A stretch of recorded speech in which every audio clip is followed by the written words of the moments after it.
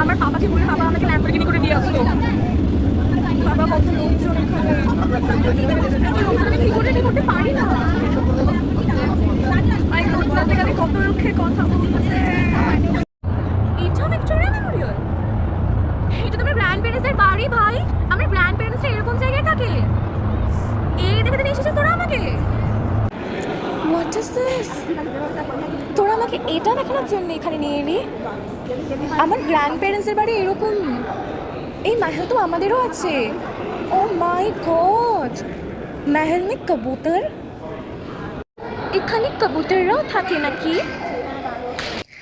ভালো লাগে না, আমাকে লুচি খেতে দিয়েছে। আমি ব্রেকফাস্ট লুচি খাই না, আমি কোনোদিন খাইনি।